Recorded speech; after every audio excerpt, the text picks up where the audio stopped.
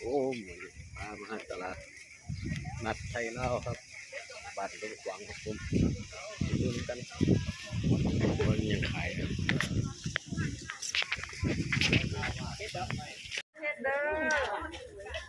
เห็ดเครื่อง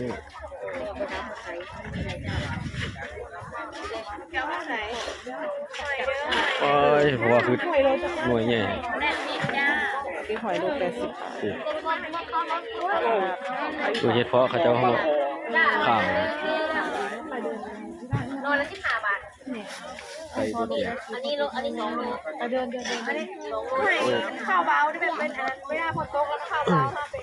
ป่าพ่อป่ากิโลจานจังบ่าครับ40ใส่ขี้แล้วเนาะ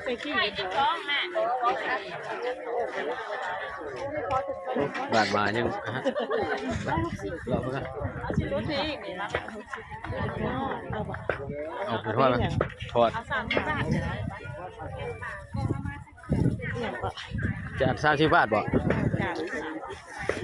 เอา2 จานนะใส่ขี้แล้วเด้วันนี้จะบาทเนี่ย30ไรเราหมดเลยเหรอเยอะเกินกระเทินบ่เยอะหรอเอา2 จานก็ได้น้อยนึงบ่ได้บ่ใส่เสียหมดนี่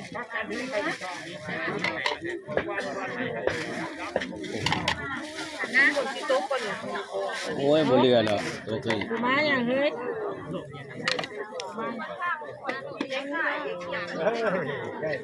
มาเฮ้ยตัวเห็ดป้าของแก้วไปละเฮ้ยพวกเรามากกันไปถึงบ่คนชื่อเมื่อเนาะลุงฟ้าคุ้มควรครับเอาบ่เห็ดเพาะเนาะเอาไปตุ๋นน่ะลูกโป่งยักษ์ยังว่าอันนั้นมันจะผัดไปครับเห็ดเพาะครับเนาะเห็ดเพาะหลายอย่างนี้ครับฟังเล่าครับมันลง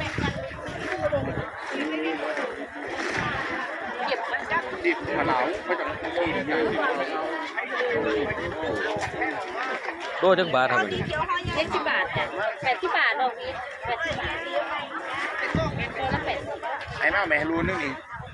เมื่อละ80แต่ว่าบ่ได้ขาย80แล้วนั่นก็คือบอกอยู่ว่ามีรอบเดียวบอกว่าตั้งแต่ตอนนั้นแล้วว่ามีรอบเดียวก็คือเราว่าคือไรครับเอาแล้วตอนนั้นน่ะเพราะว่าบอกว่ามีรอบเดียวขายโลสต็อกตอนนั้นน่ะแต่ตอนนี้ไม่ได้โลสต็อกแล้วไงโลนึงน่ะ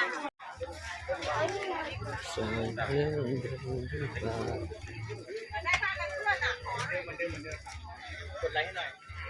กดไลค์ยังเพจอีสูบนครพนมมือถือมาเลยครับผมเดี๋ยวผมกดให้จอ